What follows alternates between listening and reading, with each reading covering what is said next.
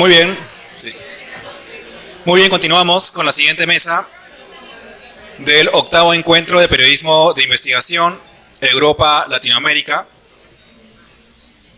organizado por IDEA, IPIS, el Consejo de la Prensa Peruana, la ANP, Google News Initiative, el Centro Cultural de la Católica, con el apoyo de la Unión Europea. La siguiente mesa se titula Investigando actividades ilícitas y su impacto en la política. Para ello invitamos a Lilia Saúl de OCCRP de México y modera Adriana León de IPIS. La recibimos a ambas con un fuerte aplauso. Gracias, Gerardo. Retomamos. Bueno, la verdad que acá yo me siento muy honrada de moderar esta mesa y conversar con Lilia Saúl, porque es una persona que conozco, así como a Roberto Denis, de las primeras colpineras, de los primeros miembros de periodistas de investigación que empezaron con esta conferencia que hacemos anualmente a nivel regional. Lilia es periodista de investigación, es mexicana, y bueno, periodismo de investigación y México es como que complicado, por eso justamente pensé también en ella, porque de alguna forma pueden haber similitudes y el trabajo de ella nos puede ayudar también a la cobertura que están haciendo ustedes. Lilia trabaja en OCCRP, que es una red, lo mencionó Roberto, es una red internacional que investiga la corrupción mundial y la corrupción en todos sus derivados, que son pues la criminalidad organizada, las mafias, la política, etc. Así que nada, vamos a hacer una dinámica que le había planteado a Lilia. Primero que nos cuente su trabajo, que nos cuente una de sus investigaciones que han sido muy potentes, y luego vamos a conversar un poquito más aterrizando en la realidad peruana y algunos consejos o tips o herramientas que nos pueda dar Lilia. Gracias, Lilia, por venir aquí. Muchas gracias por la invitación, y de verdad muy contenta de compartir con los colegas, pues sobre todo de Perú, de América Latina, que yo creo que estamos bastante complicados, viviendo tiempos muy complejos. No sé si por ahí está la presentación, pero bueno, nosotros, bueno, en OCCRP siempre decimos, incluyendo los directivos de OCCRP, que es un nombre espantoso, pero bueno, pues ni modo, con eso vivimos.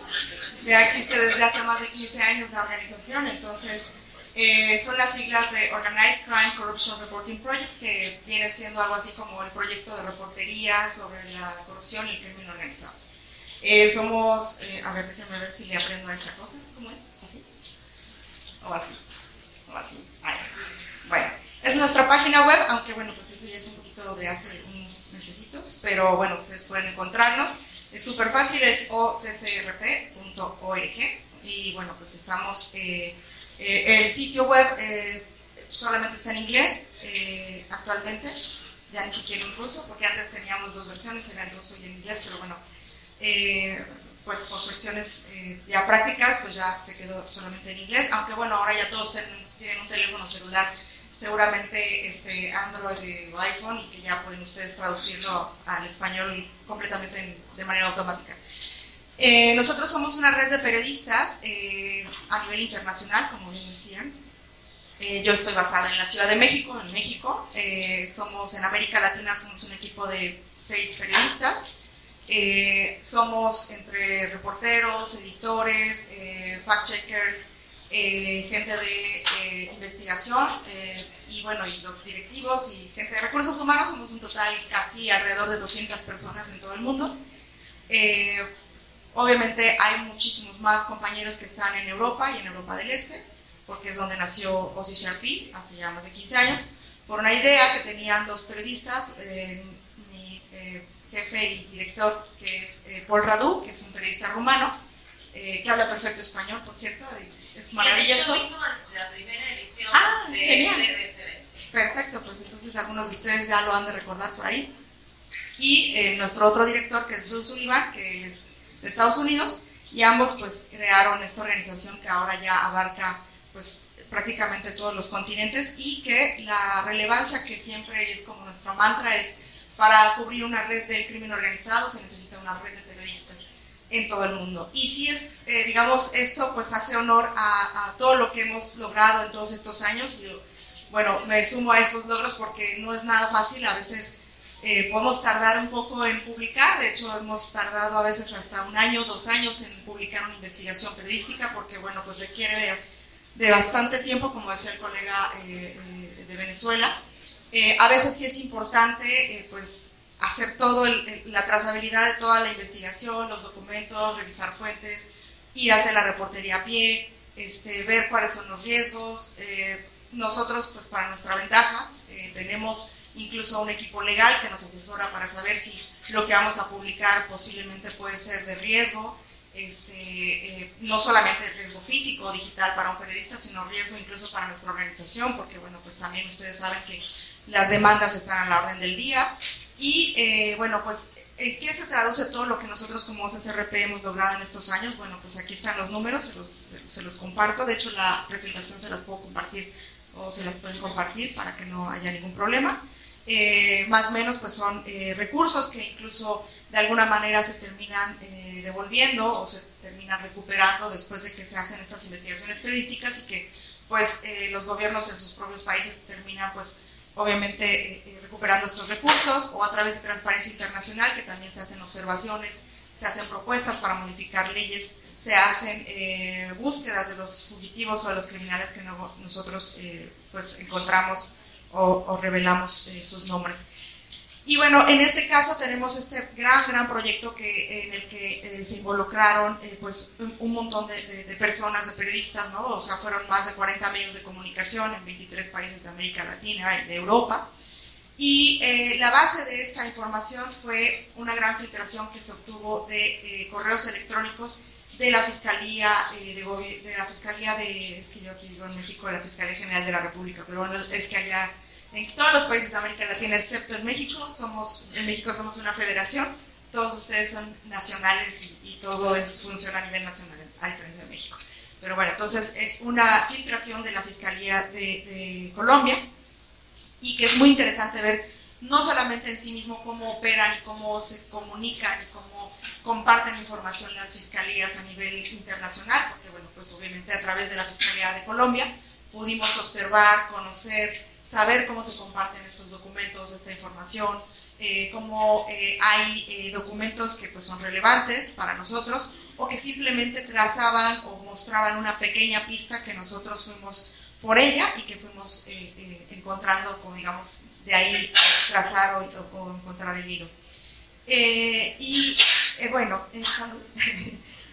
nosotros, estas filtraciones de la Fiscalía colombiana tienen su origen en esta, como bien decía aquí, de los activistas de Guacamaya Leaks, que es el mismo que también filtró la información de Sedena Leaks, o de Guacamaya Leaks, en México se conoció así, de todos también los documentos de la Sedena, que es del Ejército Mexicano, y que bueno, pues también muchos de ustedes ya conocen parte de estas investigaciones que se han revelado en México. Me voy a ir un poquito más rápido.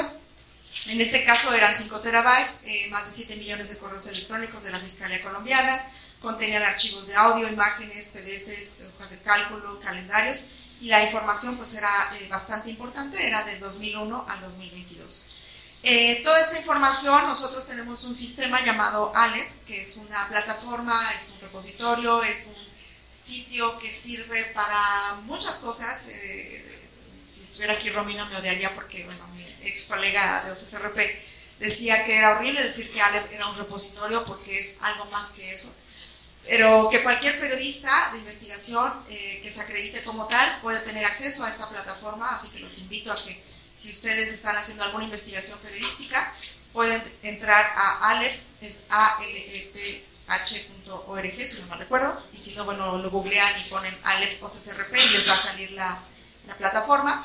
Y ustedes solo necesitan inscribirse con un correo electrónico, les van a pedir ahí algunos datos, en qué medio trabajan, o si son freelance, o si están haciendo una investigación periodística a nivel internacional o local, y que están haciendo esta investigación y necesitan tal o cual documento o información. Y entonces les podemos dar acceso, y en este repositorio o en este sitio de Aleph es donde se subieron todos los millones de documentos de la Fiscalía colombiana. Y lo más maravilloso es que tiene un sistema que es de reconocimiento, digamos que es el OCR, que es como tú puedes hacer búsquedas por palabra, puedes hacer búsquedas por números, por letras, por incluso, bueno, pues por fechas. Está dividido, como bien lo ven a ustedes en la columna izquierda, por fechas, por tipo de documento, por tipo de país, hasta por idioma, en fin. Entonces nosotros pudimos por eso trabajar de manera más, digamos, relativamente sencilla la forma de trabajar estos documentos, que aunque eran millones, bueno, pues podíamos digamos, hacer búsquedas muy específicas. Y hicimos todo se coordinó todo este trabajo con un gran equipo. Empezamos primero a revisar nosotros como equipo de OCCRP, posteriormente se invitó a gente de Europa, de América Latina, de Estados Unidos. Nos reunimos todos en Panamá para poder desarrollar todas estas historias y bueno, acordamos en hacer pues una publicación a nivel global de todas estas historias en el mismo día. Y bueno, en la reunión de Panamá empezamos precisamente a hacer como el listado de qué historias eran las que íbamos a estar trabajando. Aquí era un Excel en el que poco a poco cada uno de nosotros estábamos mapeando qué cosas íbamos a investigar.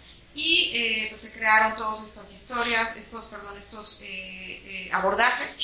Se firmó un acuerdo, que bueno, eso es algo que también me gustaría mucho compartir con ustedes, porque a veces es algo que no estamos muy acostumbrados a nivel de América Latina, siento yo, que es el firmar el dichoso o el famoso NDA, que es como un pues escrito, un documento en el que tú tienes que comprometerte. El compromiso va de ida y vuelta, ¿no? Nosotros como OCCRP nos comprometemos a compartir con ustedes la información, pero al mismo tiempo ustedes se tienen que comprometer a que no van a filtrar esos documentos, a que no van a filtrar esa información, a que se van a comprometer a publicar en la misma fecha que nosotros, y que todos los que vamos a publicar la investigación se va a publicar, a que no le van a decir a la prima, a la hermana, al tío, a la sobrina que están haciendo esta investigación, y que por supuesto, y esto es algo que a veces no les gusta, que todas las cuestiones legales se van a compartir. Es decir, nosotros como OCCRP, pues nosotros asumimos que si ustedes los demandan, nosotros los tratamos como con esta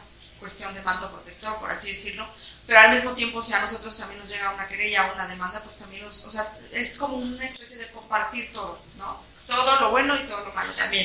Sí, exacto. Entonces, bueno, eso es, después de esa firma de ese NDA, pues es cuando ya se empiezan a abrir, a compartir la información, los documentos.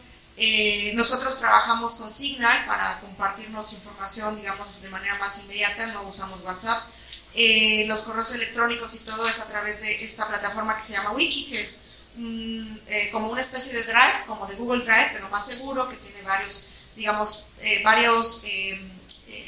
candados para poder, digamos, tener acceso a esa información. Y bueno, aquí es como se observa, por ejemplo, el wiki, que es como el sistema en el que nosotros vamos trabajando por seguridad y que vamos compartiendo la información. Los avances se van subiendo, en fin. Y toda esta lista de herramientas son las que vamos utilizando nosotros día a día para poder ir trabajando nosotros estos digamos, avances. Aleph, como ya les había mencionado, el dashboard, que es una herramienta en la cual Armando Info, por ejemplo, es protagonista.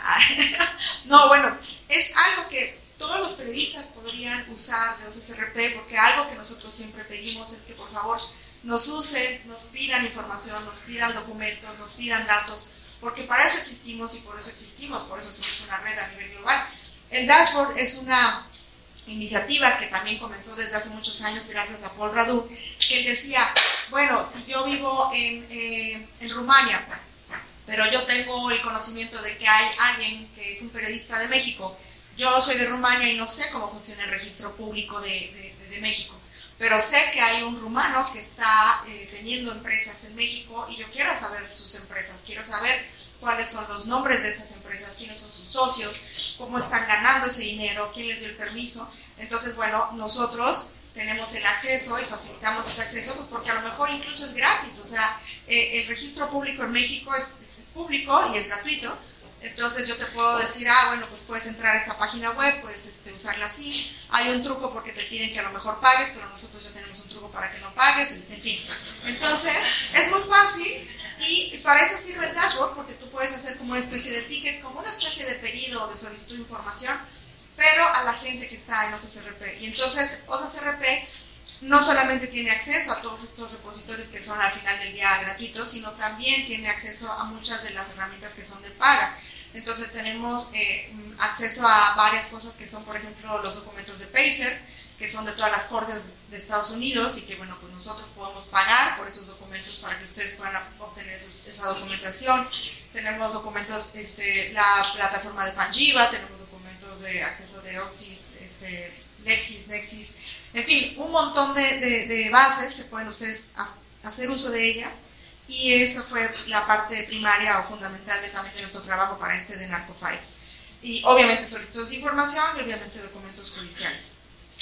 Entonces, bueno, hicimos en el caso de México, y como también se hace en varias de las organizaciones, tocamos base con nuestros socios en cada uno de los países que nosotros trabajamos en América Latina. Por ejemplo, en el caso de México, nosotros trabajamos de la mano de socios como Quinto Elemento, Mexicanos contra la Corrupción, Aristegui Noticias y El Universal, que fueron los medios con los cuales trabajamos nosotros esta historia, que bueno, pues ustedes ahorita se las voy a compartir rapidísimo.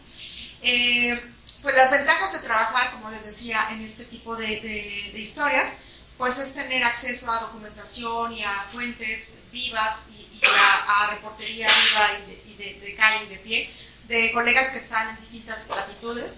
Y bueno, no es lo mismo que yo le puedo tocar la puerta a mi colega que es de confianza de Colombia o de Costa Rica y decirles, oye, necesito esta documentación, o necesito que hables con el fiscal, o necesito que me consigas una entrevista con la persona que está demandando, pues porque yo no me voy a poder trasladar a esos países, pero sé que las personas que son de confianza, que son ustedes como periodistas, me pueden ayudar y yo al mismo tiempo también les puedo ayudar. Entonces creo que esa es la gran ventaja cuando nosotros trabajamos como en esta red global de OCCRP. Y bueno, pues aquí están un poco las reuniones que tuvimos de trabajo. La publicación fue el 6 de noviembre de 2023 y bueno, pues son historias que, bueno, si juntáramos en un libro yo creo que ya tendríamos como 3 bestsellers porque fue muchísima la información. En el caso de esta historia que nosotros hicimos en México, tiene que ver con una red que toca a Colombia, que toca a México y que toca a España.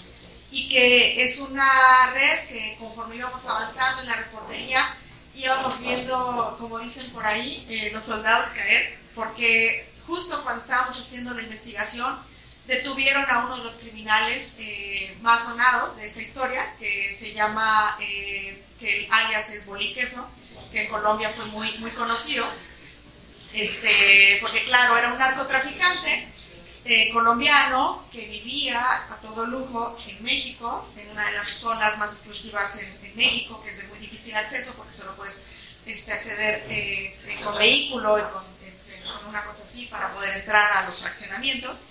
Pero el señor pues se descuidó un poco, seguramente se fue a comer los tacos con su tequila a Coyoacán, y en Coyoacán entran y lo detienen y ahí hacen toda la detención y hacen todo el operativo.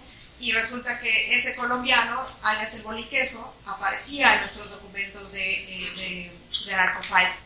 Pero no solo eso, sino que a la par, también en esos mismos meses en los que estábamos nosotros haciendo la investigación, el gobierno mexicano de la Ciudad de México hace un operativo totalmente fallido en el que los policías hacen un cateo a un domicilio, entran al domicilio y detienen a las personas que estaban dentro de esta financiera que movía dinero y que era como de fondos de inversión, y hacen el cateo, hacen las detenciones, pero no contaban con la astucia de los financistas que tenían videocámaras en todas partes, y a la hora de que se hace público este cateo, resulta que los policías se robaron dinero.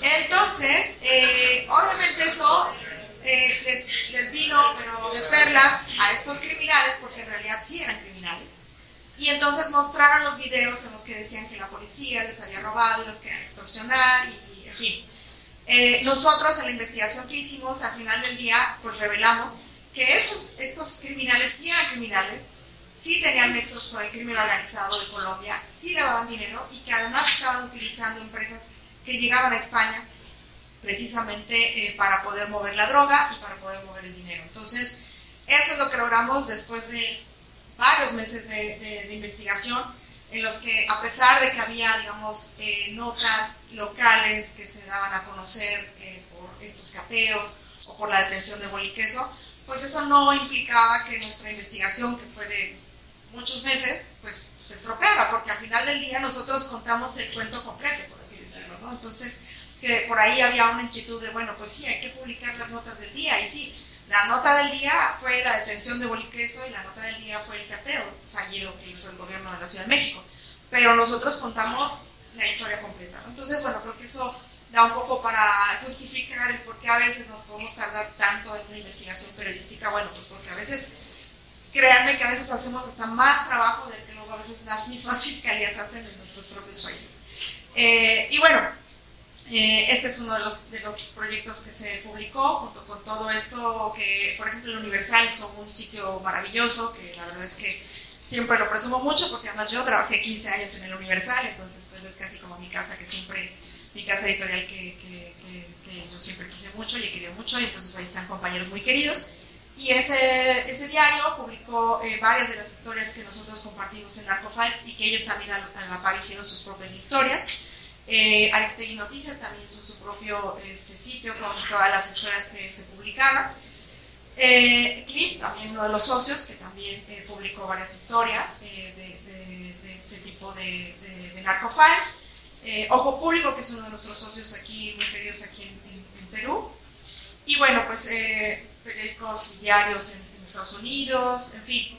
El impacto, digamos, a nivel global más interesante fue el que dio a conocer el propio presidente de Colombia, que dijo que, bueno, pues ahora digo, todo es política y nosotros lo entendemos así, y habrá impactos que cualquier persona que no sea periodista diría, oh, wow, el presidente de Colombia habló de este tema, y nosotros decimos, sí, claro, wow, el presidente de Colombia habló de este tema, pero también sabemos que, bueno, el presidente de Colombia no estaba muy contento con el fiscal en ese momento, pero bueno, pues eso era un poco lo que nosotros pudimos, como digamos, de retratar de los impactos que había.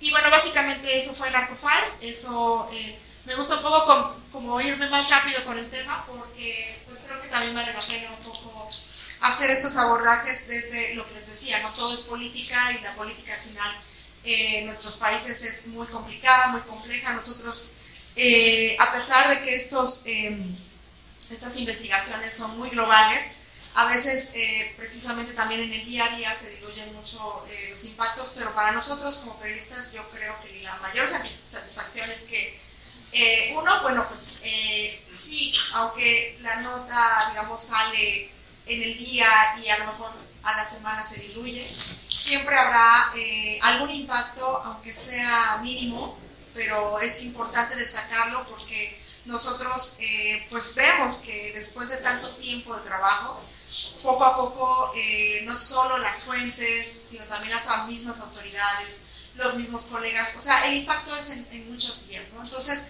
en el caso de, por ejemplo, en México, aunque a lo mejor, por ejemplo, la presidenta no habló del tema, o bueno, en este momento era el presidente todavía Andrés Manuel López Obrador, pero sí vimos que, por ejemplo, a nivel legislativo se querían hacer precisamente modificaciones para el tema de las aduanas, que fue uno de los casos más relevantes en el cual se discutió sobre el tema. ¿Por qué?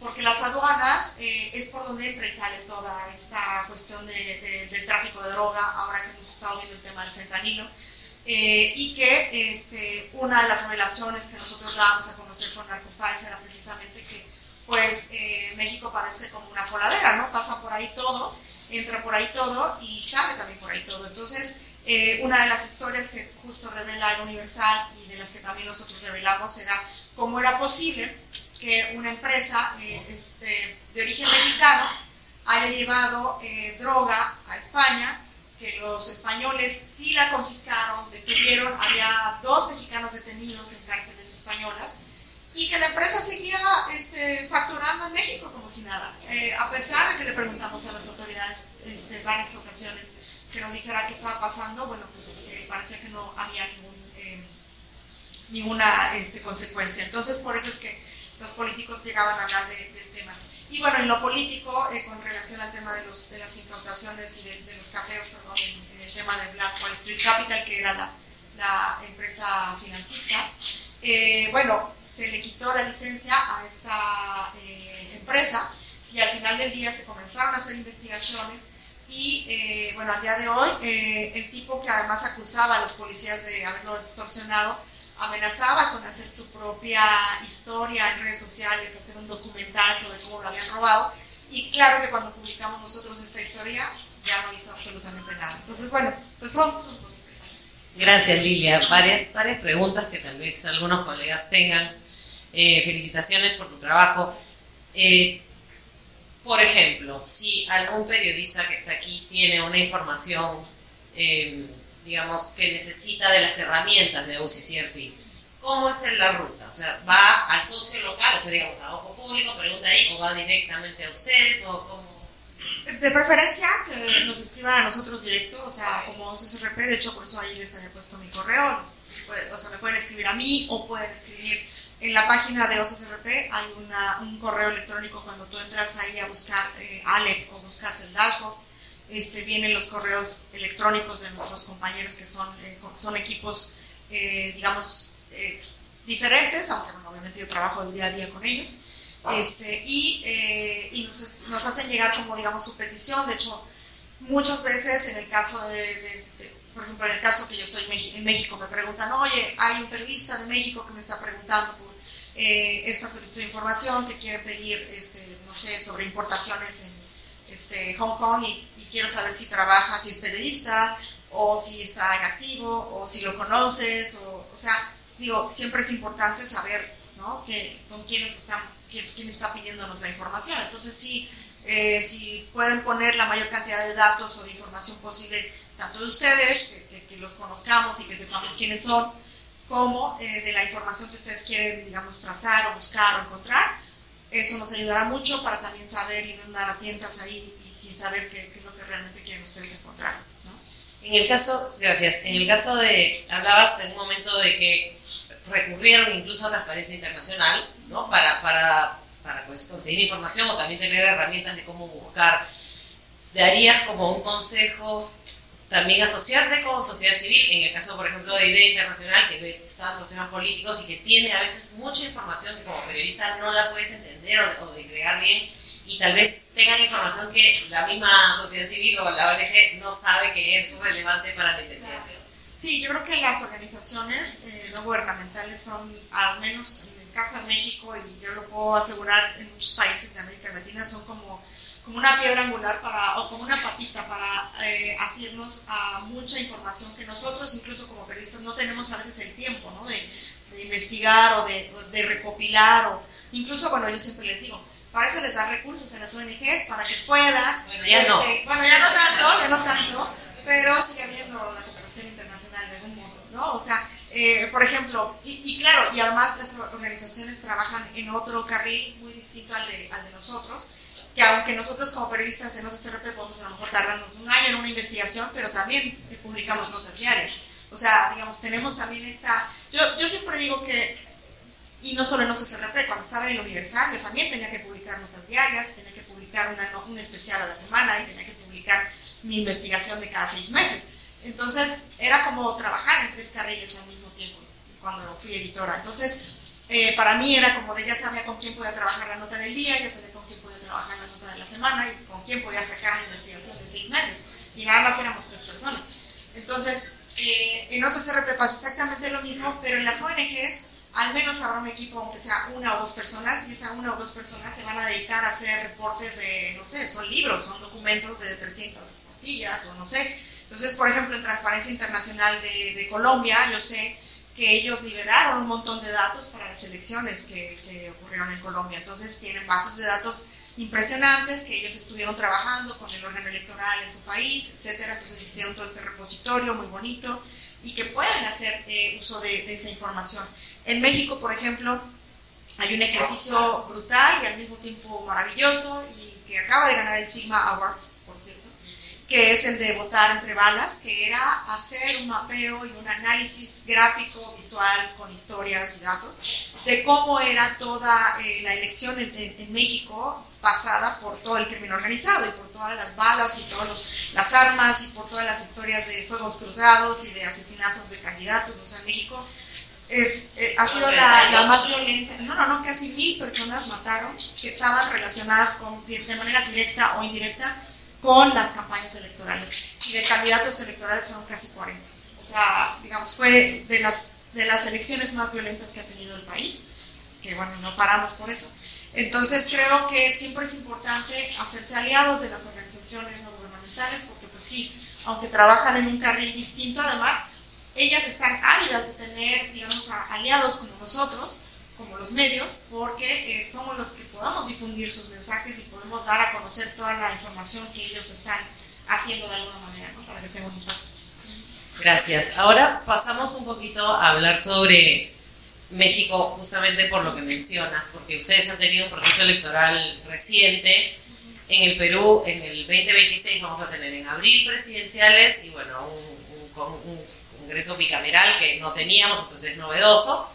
Pero luego en octubre tenemos elecciones regionales y municipales, que es casi todas las personas que están acá son periodistas que van a cubrir ese proceso. Y que van a cubrir ese proceso con campañas electorales financiadas por las mafias, con políticos corruptos, con políticos actuales usando la plata actual para que entre el amigo, con lo que decía el colega Cajamarca de periodistas comprados para hacer una contracampaña. Quisiera que nos puedas contar un poco cómo fue eso. México es un país muy violento, el país donde más matan periodistas, pero igual hubo información, igual salió la información, igual se supo. Entonces, cuéntanos un poco cómo ha sido esa dinámica en México. Bueno, a ver, en principio quiero ponerles como...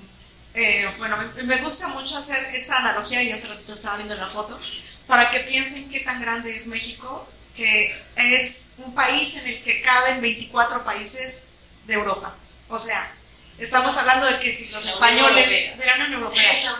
De la Unión Europea. Si están pensando en que, por ejemplo, los españoles a veces no se interesan en noticias de Estonia, imagínense que en México, los que vivimos en la ciudad, para llegar a Quintana Roo, a Cancún, que es uno de los lugares más paradisíacos y que muchos conocen, pues tenemos que tomar un vuelo de casi 2 horas, y pues las noticias de Cancún nos llegan a veces un poco tarde, aunque vivimos en el mismo país.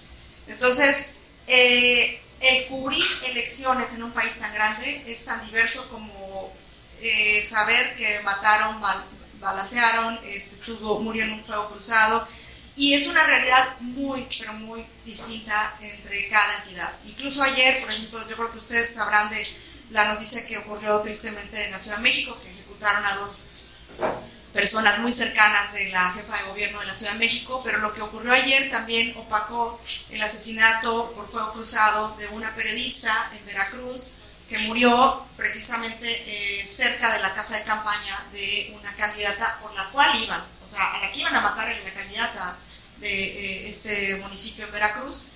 Y lo mismo pasa con lo que escuché hace rato de que si los periodistas entre ellos pueden confiar entre sí. Tristemente también en México decimos que es que lo puso. Cuando decimos que alguien puso a otra persona es porque el periodista fulano tal puso a su propio compañero para que llegaran y lo ejecutaran. Y eso es súper triste porque, claro, es como de no, pues es que el crimen organizado termina extorsionándolos, terminan amenazándolos, y si tú no me ayudas a poner a tal persona, yo voy a matar a tu familia. Entonces es muy complejo. O los mismos reporteros, o sea, ganan salarios de $200, $300 al mes, que no les alcanza pues ni para cubrir sus mínimas necesidades, y terminan siendo taxistas, terminan siendo, bueno, había una historia muy, muy triste, al mismo tiempo alegre, de un periodista que era payasito en las esquinas de cada, del flujo vehicular, ajá. En fin, o sea, y los que se quejan mucho, por ejemplo, en nuestro propio país, cuando tú vas a Los Cabos, a La Paz, en Baja California Sur, que es como nuestro bracito, que es en el mapa que se ve, y lo que es Tijuana y Ensenada, que es hacia el norte, que es casi pegado a Estados Unidos, ellos siempre se quejan de que dicen que viven como en una isla, porque realmente están como aislados de México. todo les llega de manera muy lenta, incluso hasta los alimentos, o sea, todo es lento allá. Y entonces en esa misma lentitud, pues las noticias también nos llegan tarde. Y a veces nos damos cuenta de que, bueno, cuando se dio a conocer hace unos días que a la gobernadora del estado de Baja California le acaban de quitar la visa y a su esposo también, pues uno se pregunta, ¿pero cómo? ¿Por qué le quitaron la visa? Cuando te quitan la visa es porque te están investigando o porque hay un posible acto de corrupción o porque están vinculándote con el narco o qué sé yo. Y como son autoridad, pues obviamente no los pueden meter a la cárcel todavía hasta no confirmar. Pero al menos ya Estados Unidos se protegió y les quitó las visas. Pero entonces la gente se pregunta, ¿cómo fue que pasó esto? Bueno, pues habría que mirar todas las noticias de los últimos meses del estado de Baja California y te darías cuenta de que está tomado por el crimen organizado, que han matado a dirigentes del sector pesquero, que hay unas extorsiones del tamaño del mundo, en fin. O sea, es un país enorme. Entonces, cuando vienen las elecciones en México, los procesos electorales son muy complejos. Tan complejos que para muchos expertos, porque no soy experta en el tema judicial, ha sido muy lamentable el escuchar que somos uno de los pocos países en el mundo que se van a elegir ahora por proceso electoral a nuestros jueces y a nuestros magistrados y a nuestros ministros. El próximo 1 de junio vamos a tener elecciones y obviamente no se salvan tampoco, no se han escapado del crimen organizado y ya han matado a algunos candidatos que iban a ser para jueces. Y no solo eso, que están candidateando a personas que han sido o están vinculadas con el crimen organizado. Una abogada que fue defensora del Chapo está como candidata a juez.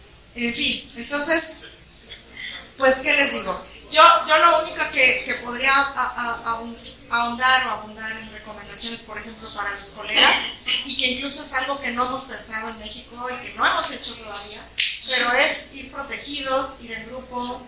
O sea, yo no sé si hasta usar chalecos antibalas porque esto del crimen organizado está a todo. Y tristemente, o sea, ya no es válido andar como el lobo solitario que decían, es que el periodista es un lobo solitario. No, o sea, tienes que ya estar en grupo pues para protegerte, ¿no? Por eso es tan importante también trabajar en red, ¿no? Eso creo que es como fundamental y tener esos recursos, como por ejemplo lo que tiene OCCRP para poder cruzar información y sobre todo saber usar las herramientas. Yo creo que, y en el caso de ustedes pueden ayudar a algún periodista que tenga información relevante y que quiera cruzar información que un poco que la sabe por intuición pero no lo sabe por técnica, ¿no? Y eso me parece fundamental poder aprovechar. En el caso de México, la mayoría de medios en la provincia, digamos, no en la Ciudad de México, trabajan en condiciones, cuéntanos un poco, precarias, son digamos, contratados, los medios como son, cuál es el medio que más se usa, un poco las similitudes en el Perú. Acá muchos medios son Facebook, por ejemplo, que tampoco es tan seguro tener tu medio ahí, pero bueno, es lo que ve la gente, la radio también, pero hay mucha precario la labor. Entonces eso juega en contra en una cobertura como la que se nos viene de unas elecciones con muchísimos candidatos, con 42 partidos y con una cédula que no entra en la mesa de votación. Cuéntanos un poquito cómo es en México. ¿Es 1.000 candidatos para más información? Sí, no, es una locura. Yo le preguntaba aquí a los colegas que en México, un año antes de la elección, ya todo el mundo sabe por quién vas a votar, quién va a ganar. Ya nada más es un mero trámite, pero en realidad, o sea, es algo que no es tan difícil de adivinar, porque además pues, no son tantos partidos políticos. De hecho, eso creo que es algo que medianamente México entendió, que entre más partidos políticos, más se atomiza el voto y más dinero se gasta y no hay tantos buenos resultados, porque tienes a candidatos que no están al nivel de los que realmente van a poder ganar, ¿no? Pero bueno, los medios están, yo creo que más precarizados incluso que aquí. O sea, a ver, ¿a qué me refiero? Las condiciones de violencia son muy fuertes, las condiciones de seguridad son, o sea, no hay protocolos de seguridad, están mucho en la indefensión, los salarios son bajísimos, ¿no? O sea, ya ser periodista ya no es nada redituable. Yo creo que ya lo hacen por amor al arte o porque ya se acostumbraron a estar en este negocio, porque pues claro, o sea, ya somos personas de más de 40 años que dices, bueno, y ahora ya me voy a dedicar, si no sé hacer sino hacer otra cosa, ¿no? Pero justo, como decía el profesor de la universidad, pues ya cada vez hay menos estudiantes de periodismo. En la Ciudad de México los menos piensan que ya es una profesión de riesgo, aunque en realidad en la Ciudad de México porque todavía es una profesión que puede ser todavía ejercida sin sentir que te puedan matar en la esquina, creo yo. Pero en los estados sí es una cosa de todavía de mucho, o sea, de que ya hay un riesgo latente de, bueno, yo no quiero salir a la calle porque sé que o me va a tocar el fuego cruzado, o me pueden secuestrar, o me pueden empezar a extorsionar, y no me va a alcanzar el dinero, ¿no? Entonces, o muchos terminan siendo RPs, o sea, relaciones públicas, o trabajando con los candidatos, los políticos, o en marketing, que es a veces lo que están ahora entrando. Ahora, ¿quiénes están entrando a escena a ocupar esos espacios que están dejando los periodistas vacíos? Los influencers, y muchos que dicen, yo soy periodista y creo que ahora yo tengo que pugnar por mi propia marca, y entonces yo, Lilia Saúl, voy a hacer mi canal de Facebook, mi canal de YouTube, mi canal de TikTok, que a veces sí funciona, a veces funciona bien, a veces no funciona tan bien. Y en los estados, aunque funciona muy bien, porque además son los que traen las notas de manera muy como primicias, ¿no? Muy rápidas en Facebook, son a los que están matando más, precisamente porque, no sé, hay como una especie de que se dice, o se habla, nada corroborado, nada confirmado, pero es como de, pues el que te da la primicia es el que hizo el hecho, o el que cometió el asesinato o el crimen organizado. Y precisamente por eso a veces terminan tristemente asesinando a estos compañeros. México, bueno, no sé, me gustaría tener ese dato, pero estamos haciendo algo al respecto. Pero México es de los países que más influencers están asesinando y que tiene que ver con el crimen organizado. Entonces, sí, o sea, la situación es muy precaria, es muy triste en los estados. Y en la Ciudad de México, pues creo que todavía hay un respiro ahí como de un poco, todavía existen los medios tradicionales, ¿no? O sea, el Universal, Reforma, son medios, o sea, las ciudades grandes, ¿no? O sea, la Ciudad de México, Guadalajara, Jalisco, Monterrey, Nuevo León. Hay como todavía gran periodismo tradicional, ¿no? De los medios grandes, las televisoras, radio, los medios digitales son los que están continuando, pero al mismo tiempo pues ya no hay esto que se llamaba la publicidad oficial, que no sé qué tan regulado esté aquí en Perú, pero en México tampoco, no se preocupen, tampoco, y se ha intentado regular porque como decimos, o todos coludos o todos rabones, o sea, o se les da a todos por igual o no se les da a nadie. Y el problema es que pues, el gobierno en turno es el que decide a quién le da más y a quién le da menos, en fin. Es cierto. Gracias, Lilia. Vamos a pasar, tenemos 10 minutos para preguntas. Lili. O sea, que explicando tranquilamente se siente bien. Sí, completamente. Se siente seguro. Sí. Muchas gracias, Lilia, por su exposición. Quisiera preguntarle cómo han visto, quizá en otros países diferentes a México, situaciones de corrupción en las cuales el poder político está articulado con el crimen organizado, porque la mayoría de casos en México como país, en donde el crimen organizado ha avanzado, no necesariamente ha necesitado de normas que faciliten su operación, que faciliten su actividad. En el Perú lo que ha pasado desde 2023 es que el poder político ha dado un paquete de normas que favorecen el crimen organizado y dificultan el trabajo de los operadores del sistema de justicia. Por ejemplo, impiden que la policía incaute explosivos de la minería ilegal, o recientemente han debilitado o casi anulado las normas para extinción de dominio por las cuales antes las autoridades podían incautar bienes obtenidos o generados con las actividades ilegales. Hay muchas normas que favorecen la minería ilegal, pero también la tala ilegal y todo, digamos, todo el paquete que antes podía sancionar las actividades ilegales en zonas reservadas, zonas medioambientales o reservas indígenas, etcétera, todo eso ha sido desmantelado.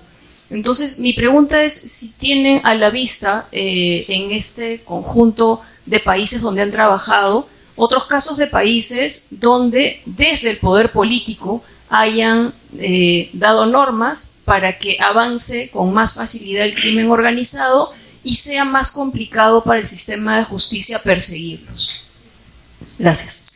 A ver, te hablaría, pues sí, del caso concreto de México, que es el que obviamente más conozco.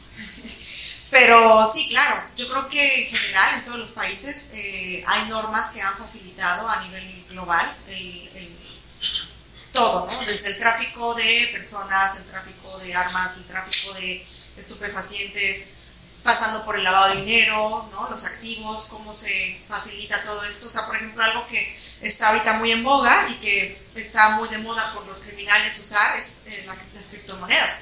Nosotros acabamos de publicar en OCCRP una investigación que los invito a que la chequen, la revisen, porque además seguramente también está pasando aquí en Perú. Estos llamados call centers que utilizan con inteligencia artificial, estafan a la gente, sobre todo a la de tercera edad, les dicen que inviertan sumas millonarias y después desaparecen.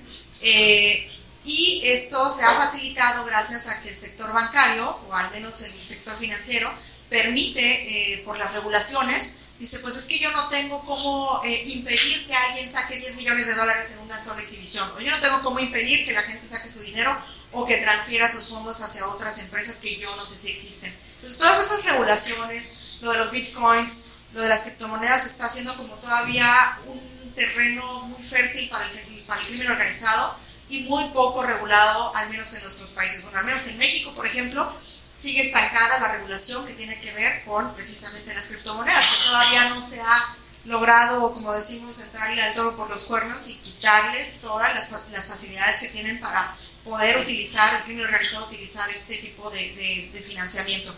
Pero también el sector minero, o sea, por ejemplo, ya es un impuesto, o sea, es que en México de verdad ya estamos, yo ya está como terapia psicológica, en México ya estamos completamente ya adaptados a una cuestión muy triste de que ya es un impuesto invisible que el mismo gobierno ha permitido porque no tiene ni las manos, ni las herramientas, ni la capacidad para poder fijar sus propias reglas en sus propios territorios. O sea, estoy hablando de las mineras. Nosotros quisimos hacer una investigación en una minera porque sabíamos que estaba relacionada con este tema de narcofiles.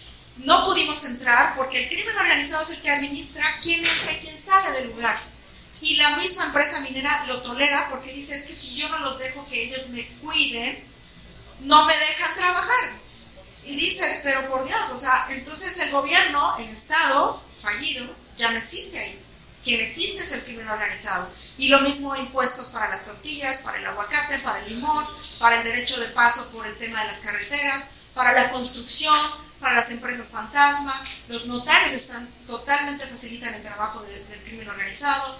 Los abogados, pues los que quieren ahora ser jueces, en fin, o sea, es un sistema que ya está completamente coludido con el crimen organizado, ya sea de manera tolerada o de manera francamente, pues ahí que el Estado ya no puede hacer más, ¿no? Entonces, sí es, en el caso de México, y el sector financiero, bueno, mejor Estados Unidos nos está poniendo el punto sobre las IES. ¿Por qué creen que nos quieren imponer el 5% del impuesto a las remesas? Porque saben perfectamente que el crimen organizado utiliza muchas de esas remesas para pasarlas a Estados Unidos, que es donde obtienen sus ganancias vendiendo todos los estupefacientes, las drogas y demás, y lo quieren regresar obviamente a México. Y ese regreso es el que está, bueno, ustedes conocen le dicen el pitufeo, ¿no? Que es, yo te mando el dinero, te lo mandas acá y allá y allá, y lo mando a una empresa que no existe, pero ya lo cobras la tía, la hermana, la sobrina. Pues por supuesto que es muchísimo dinero que se está lavando de esa manera, pero no solo eso. Yo creo que ya los criminales se dieron cuenta que en México es muy fácil lavar dinero y entonces el sector financiero está abriendo una cantidad de bancos y de sofomes que le llaman y de pequeños sector financiero que no tienen la suficiente regulación precisamente para evitar que llegue el crimen organizado y esté lavando dinero. Hay un ruso que por ahí anda haciendo un banco mexicano que se llama Plata y que detrás de ese banco está un ruso que no paga impuestos, que está siendo perseguido por su propio país y que en Estados Unidos tiene prohibido entrar, pero en México como si nada. Entonces, en fin, las regulaciones también faltan, ¿no? Entonces, y los castigos o las sanciones, ¿no? O sea, eso, bueno, no sé cómo esté acá el caso bueno, entiendo, y eso tendrían que investigarlo ustedes, pero entiendo que así como nosotros reclamamos dinero que en Estados Unidos le quitan al crimen organizado, yo sé que por ahí hay el caso de un peruano, bueno, no sé si era peruano, pero bueno, sé que trabajaba con el gobierno de Fujimori y lavó dinero en México y hasta el día de hoy, después de más de 20 años, el gobierno mexicano no le ha regresado el dinero, ¿no?, a Perú. Y nosotros hacemos lo mismo, o más bien exigimos lo mismo, que no nos está regresando el dinero fruto de esas actividades criminales y Estados Unidos se los está quedando. ¿Por qué? Porque faltan estas normas, digamos, internacionales que permitirían que ese dinero, producto del crimen organizado, por lo menos regrese a nuestros países cuando ya se extraditan o se meten a la cárcel a estas personas. Pero sí, faltan muchas regulaciones. ¿Cómo se llama la investigación de criptomonedas? Scam Empire. Okay. Bueno, sí, el imperio de las scams.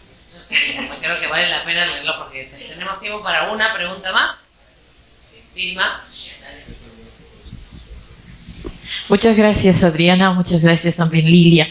Hay algo terrible que preocupa ciertamente, y cuando se menciona acerca de la precariedad que se acentúa más en medios de comunicación de provincias, ¿no?, de nuestras regiones, lamentable situación que estamos viviendo en nuestro país, que a todo nivel se reporta cada día actos de corrupción.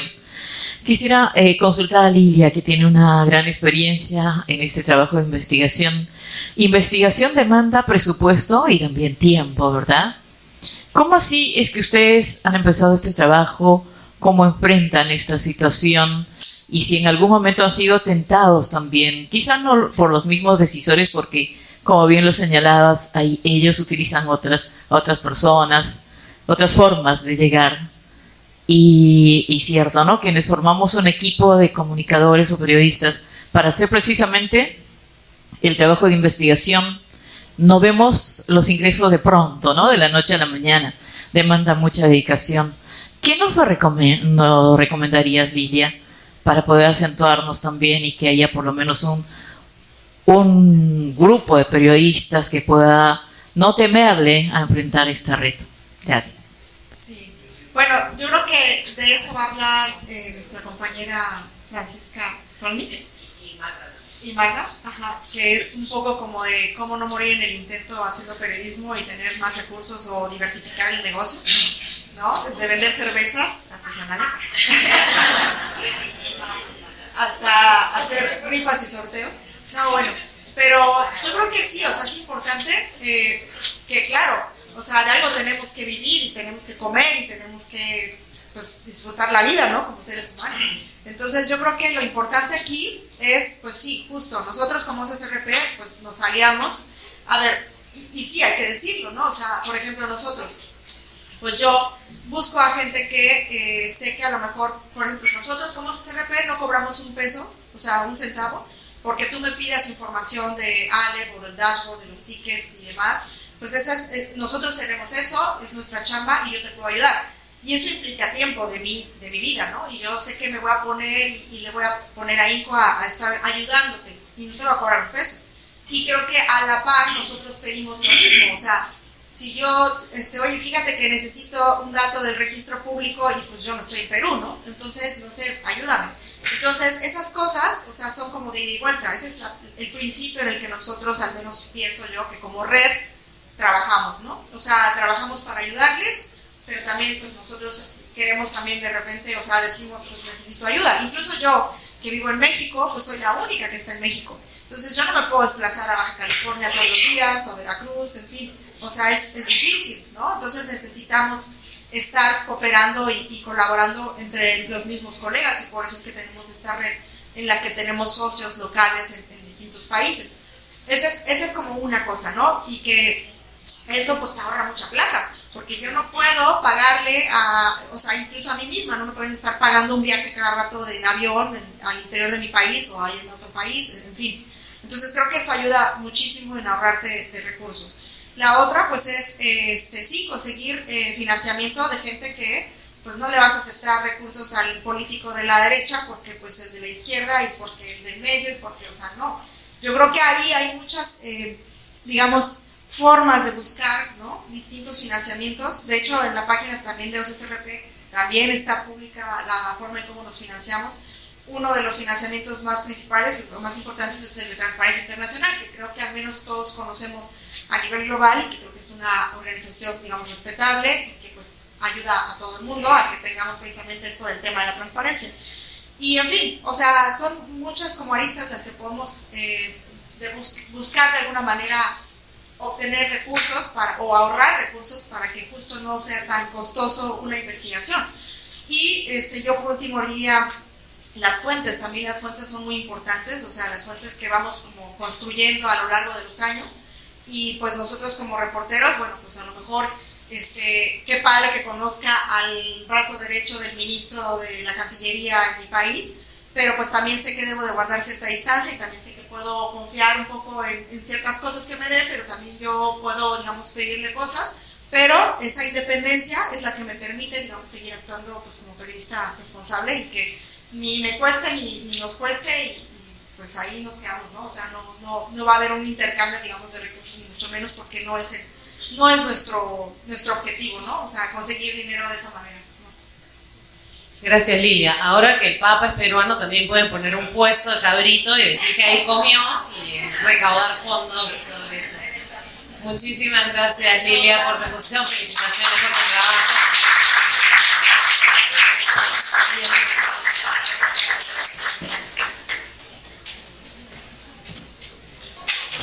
Muchas gracias, Lilia, muchas gracias, Adriana. Pasamos rápidamente a la siguiente sesión sobre el estado de la libertad de expresión en Perú y América Latina.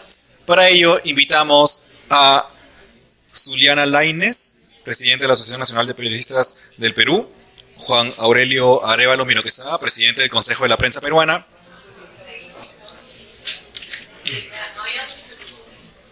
y Adriana León, del Instituto Prensa y Sociedad.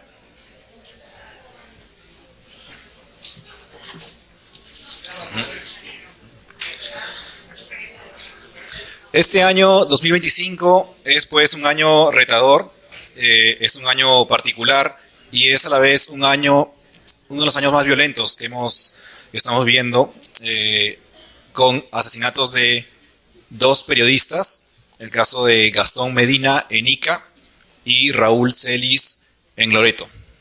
Son los primeros casos registrados desde 2017. Al mismo tiempo, según el reporte de Reporteros Sin Fronteras, nuestro país ha descendido 53 puestos en los últimos 3 años en su ranking de la Clasificación Mundial de la Libertad de Prensa. Además de ello, hay pues el tema que estaban mencionando justo en la mesa anterior, que tiene que ver con el reto del financiamiento y el debilitamiento económico de los medios de comunicación en general y del quehacer periodístico en particular. En este contexto, pues, esperamos que esta mesa aporte a la construcción de una agenda común en pro de la libertad de expresión, de la libertad de prensa en el Perú. Empezamos con Zuliana Lainez, presidenta de la Asociación Nacional de Periodistas del Perú. Adelante, Zuliana. Gracias, Gerardo. Vamos a intentar aportar al optimismo. Aunque es difícil hablando de la situación de la prensa en el país. Estamos aquí hace un año, ¿no? En el 7º encuentro de periodistas, Unión Europea, periodistas latinoamericanas. Y estamos en un momento, recuerdo mucho, que compartimos la mesa con Adriana, con Rodrigo, y decíamos, bueno, estamos en un momento terrible para la libertad de expresión, después de varios años, los ataques a la prensa en un año han superado la valla de los 300 ataques, el panorama es desolador, las amenazas legislativas están sobre la mesa, y tener que venir 12 meses después a contar que el escenario todavía es peor, ¿no? Porque ya no estamos hablando de 352 ataques de los que hablamos el año pasado, hoy estamos hablando casi de 400 ataques en un año. De hecho, el reporte que sacamos el 31 de diciembre hablaba de 392 ataques a la prensa. Estamos hablando luego de 8 años de 2 comunicadores asesinados en el país, ¿no? Creo que hace un año ni por asomo, recuerdo que alguien preguntaba, ¿cuál es la peor amenaza que ven en el horizonte? Y decimos, bueno, la amenaza viene del lado político, la amenaza legislativa.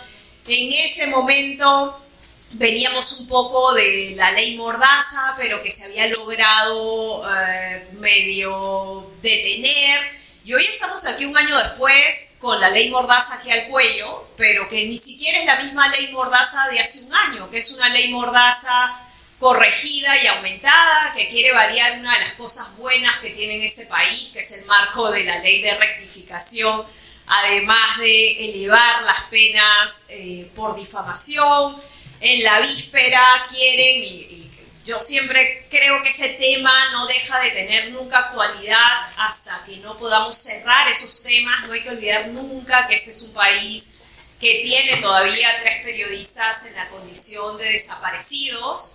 Quieren cambiar incluso ello para que esos casos, no solo los de los periodistas, pero para que los casos de los desaparecidos en este país se archive. Además de esto que se decía en el primer panel, de mira, hay síntomas y hay patrones que hay que empezar a mirar con interés, y creo yo hemos compartido varios espacios con Adri, y siempre una de las cosas de las que hablábamos con orgullo en Perú era de nuestra ley de acceso a la información pública, ¿no? Decíamos, bueno, en Perú hay un montón de problemas, pero cada vez más los periodistas nos estamos apropiando de la ley de acceso a la información. Ahora, el intentar, no que haya una respuesta positiva, creo que eso ni siquiera se espera de algunas dependencias públicas cuando uno presenta una ley, un pedido de acceso a la información pública, sino que después de la primera negativa, cuando un dictamen sale a favor del periodista, porque, a ver, no se puede decir que el tema de los Rolex y demás, o los movimientos que hay en un escenario tan público como la Casa Presidencial puedan ser reservados, y cuando la Autoridad de Acceso a la Información Pública le da la razón al periodista, lo que tienes es a esas instituciones públicas incluso en posición de rebeldía frente a un dictamen que les obliga a dar información, ¿no?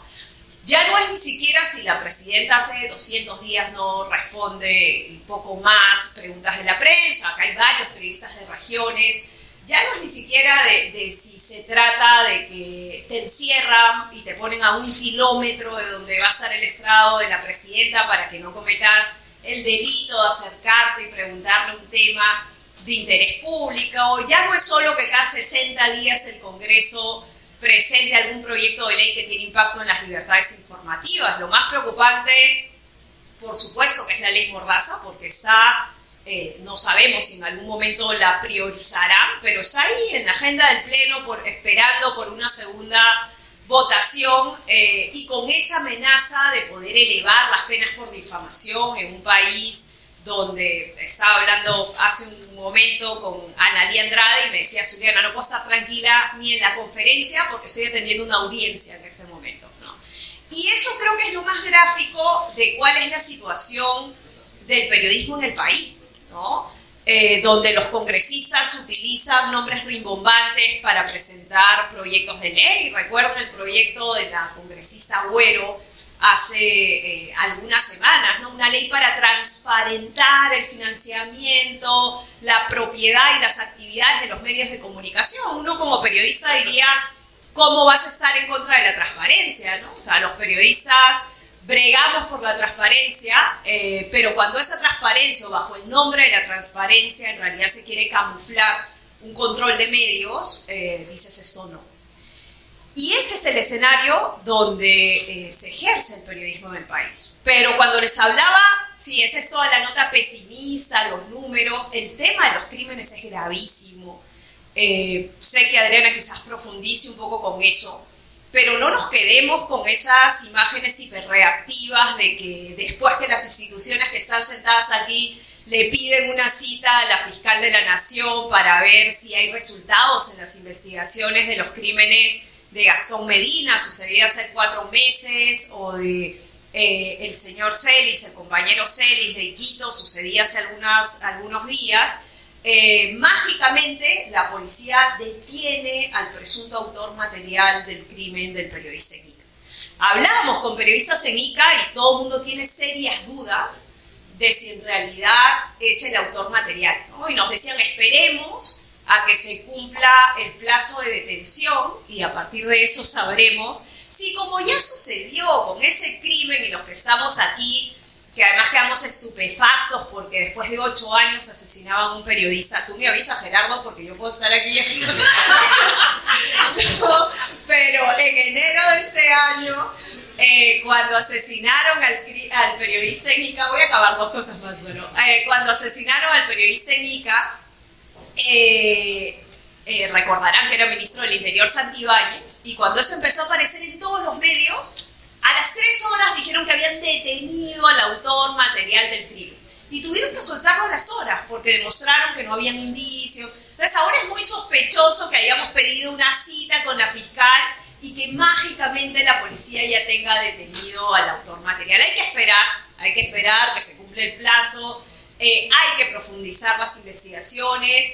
Sé, y para nosotros el hecho, y estas son las 2 cosas con las que quiero acabar esta primera ronda, pero sé que una de las cosas que más nos preocupa cuando hay crímenes, además de lo que eso representa para la familia y para todo el contexto, es el clima de impunidad y el clima de autocensura que puede llegar a generar, ¿no? Cuando sucedió esto con Gastón Medina, ya hace unos días con el colega Celis, lo que recibimos fue llamadas, es más, de varios colegas que están aquí, diciéndonos qué hacemos, ¿no? ¿Qué hacemos en un escenario donde parecería que el crimen organizado ya se volvió, el sicariato ya se volvió el brazo operativo de los políticos corruptos, ¿no? ¿Y qué hacemos cuando en la región en la que estamos somos pocos los periodistas que todavía confrontamos, que revelamos hechos de corrupción y que ahora sabemos que por 500 o por 1000 soles te mandan matar, ¿no? Que ya no es el tema de la querella, que es difícil, que ya no es el tema de la carta del fiscal pidiéndote irregularmente, ilegalmente que vulnere secreto profesional. No, ahora es una amenaza directa contra la vida y eso muchas veces hace que la gente se la piense 2 veces, ¿no? Y ese es el peor escenario que hoy estamos confrontando, que no deja de quitarle peso a todo lo demás, un país con acoso judicial, con amenaza, con agresión física, con presiones, precarizado, pero que lamentablemente un año después aquí nos tiene hablando fundamentalmente de algo que pensábamos que en Perú ya había pasado, que era el tema de los crímenes contra periodistas. Yo inicialmente lo dejo ahí. Muchísimas gracias, Zuliana. A continuación, Juan Aurelio Arévalo, presidente del Consejo de la Prensa Peruana. Muchas gracias. Creo que los vamos a deprimir en este panel, ¿no? Ya se nos van todos a almorzar y nos dejan solos. Bueno, en la misma línea de Zuliana, creo que desde el Consejo de la Prensa lo que hemos visto es un deterioro de la situación de la libertad de expresión constante y que creo que además se va a agravar en un año electoral, ¿no? Eso es algo que nos preocupa muchísimo. Zuliana mencionó los más de 400 ataques, agresiones contra la libertad de expresión solamente este año. Si no me equivoco, el año pasado eran cerca de 392, no vamos ni a la mitad de año y ya tenemos esas cifras. Entonces, eso es tremendo. Este deterioro se da desde restricciones a la cobertura informativa, agresiones, una retórica cada vez más hostil contra los medios de comunicación y contra los periodistas, una retórica en la voz de las autoridades y de las principales autoridades del país, y también, como ya lo mencionaron, los casos de los asesinatos, pero también silencio que no podemos normalizar. O sea, no es normal que la Presidenta de la República pase más de 200 días sin dar una conferencia de prensa, sin dar una entrevista. No es normal. No es algo que se puede normalizar en ningún lugar. Además, hemos escuchado también, y en la presentación anterior se mencionaba, cómo las organizaciones criminales están también infiltrándose en el espacio político. Y eso lo tenemos clarísimo con el Congreso actual que tenemos, y en una elección donde vamos a tener una cantidad récord de candidaturas, no tengan ninguna duda de que ahí se van a infiltrar muchísimas organizaciones criminales y va a ser tremendamente complicado la cobertura para los medios de comunicación. Hoy el Congreso, la Unidad de Periodismo de Datos del Comercio contó que desde el año 2006 hasta ahora en el Congreso se han presentado más de 70 proyectos que afectan la libertad de expresión, que afectan el ejercicio del periodismo. Eso significa que cada 60 días se presenta un proyecto de ley contra el periodismo. Proyectos muy diversos, ¿no? Ya mencionaron el proyecto de la ley Mordaza, desde la colegiatura obligatoria para ejercer el periodismo, cuotas informativas, que se tratan de imponer el contenido que los medios comparten con sus audiencias. Entonces, es un escenario complicado. Y vemos además, por ejemplo, en este actual Congreso, solamente en el primer año, 36 congresistas tuvieron investigaciones fiscales. Y los 36 casos fueron por investigaciones periodísticas. Entonces, no es ninguna sorpresa de que los congresistas tienen al periodismo como un blanco permanente. Entonces, todas estas son situaciones que nos preocupan, que presentan grandes desafíos, pero al mismo tiempo también tenemos que entender que hay un cambio muy grande en el ecosistema informativo y también tenemos que atenderlo. Hay una hiperfragmentación de la información. Hoy día cualquiera coge un celular, empieza una transmisión en vivo y se presenta como un periodista cuando no lo es. Y nosotros creo que tenemos que tener la conciencia de un trabajo muy importante con nuestros lectores, con nuestras audiencias, de tratar de revalorar el rol del periodista como un profesional. El periodista es un profesional en la información, que investiga, que contextualiza, que contrasta, y cuando hace todo eso, publica. Y esa es la gran diferencia con estos espacios que han ido apareciendo recientemente y que generan pues tanta confusión y que mezclan entre información y mezclan opinión. Y en este espacio también de un año electoral, esos nuevos espacios van a cobrar una relevancia mayor, y nosotros como periodistas tenemos que marcar ahí la diferencia. Y tenemos que entender también que hoy día vivimos con gente que se informa de múltiples maneras y que se informa también muchas veces llevados por los algoritmos, ¿no? Que te hacen que creas solamente lo que quieres, y en otros casos hay gente que no quiere creer absolutamente nada. Entonces, frente a un escenario tan complejo, creo que parte del rol que nosotros tenemos que asumir es comunicar mucho mejor cómo son nuestros procesos como periodistas en los distintos medios en que trabajamos o de forma independiente, cómo se trabaja dentro de una redacción, cómo buscamos la información. Todo lo que ustedes han compartido hoy día, hemos escuchado ahora en la mañana, eso es importantísimo, que se sepan cómo son los procesos, cómo se trabajan con las fuentes, cómo hemos llegado a tales investigaciones. Mientras más se pueda compartir eso con las audiencias, mejor, y más confianza podamos generar, porque es inevitable, es clarísimo que hay una pérdida de confianza en los medios de comunicación, en el periodismo generalizado, no solamente acá en el Perú, eso ocurre también en otros países. Y la mejor manera de enfrentar eso es haciéndonos responsables de lo que nosotros publicamos. Y creo que eso también hay que tomarlo en cuenta. Yo lo dejo. Muchísimas gracias. Y ahora le damos el paso a Adriana León de IPIS. Otra vez. Primero los asesinatos, ¿no? Efectivamente no había pasado, pensamos que en Perú no iba a pasar. Los dos asesinatos han sido iguales: sicario, motocicleta, uno llegando a la radio, el otro en la puerta de su casa, a la luz del día, sin ningún problema. Es una cosa que está pasando, que en realidad es lo que está pasando en nuestra sociedad y en nuestro país, que es la criminalidad está actuando impunemente. Y no sé, las cifras son, Juan Aurelio de repente sabe más que está en el comercio, pero son como 6 o 8 personas asesinadas diariamente por ese mismo mecanismo, sicariato, etc. Preocupa que es como si no hubiese pasado, ¿no? Cuando han pasado estos dos asesinatos, siempre Consejo de la Prensa, ANP e IPIS, conversando, diciendo, bueno, ¿cómo afrontamos esto? Porque esto no pasaba, ¿no? Bueno, hagamos una carta, miramos cómo están las investigaciones. A Medina lo han matado en enero y no hay nada, no sabemos nada, salvo este bluff que fue de ese sicario que nunca fue, por supuesto tenía que ser venezolano, perdón Roberto, pero toda la culpa es de los venezolanos. Pero, entonces, hacemos una carta oficial, pedimos esta información, no hemos tenido respuesta. Pero yo tuve la oportunidad de estar en una reunión haciendo el seguimiento a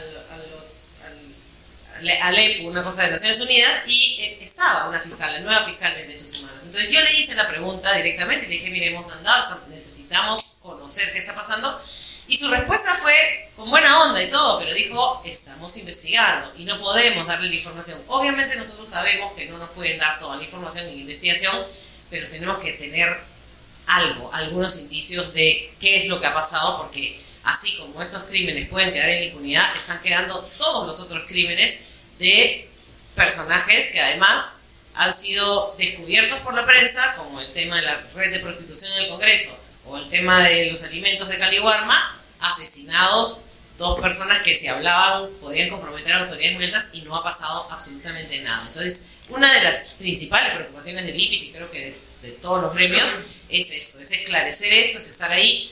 En ese sentido podemos decir que pueden confiar en que vamos a fastidiar hasta que logremos una respuesta y un esclarecimiento de esto, porque esto se tiene que esclarecer rápidamente. En el caso de Medina, un periodista que investigaba el poder en general, cuando tú vas a Ica te dicen, sí, pues que puede haber sido el presidente regional porque tiene nexos con el pabellón de sicarios en la cárcel. O sea, así, ese nivel es la infiltración del crimen y la política.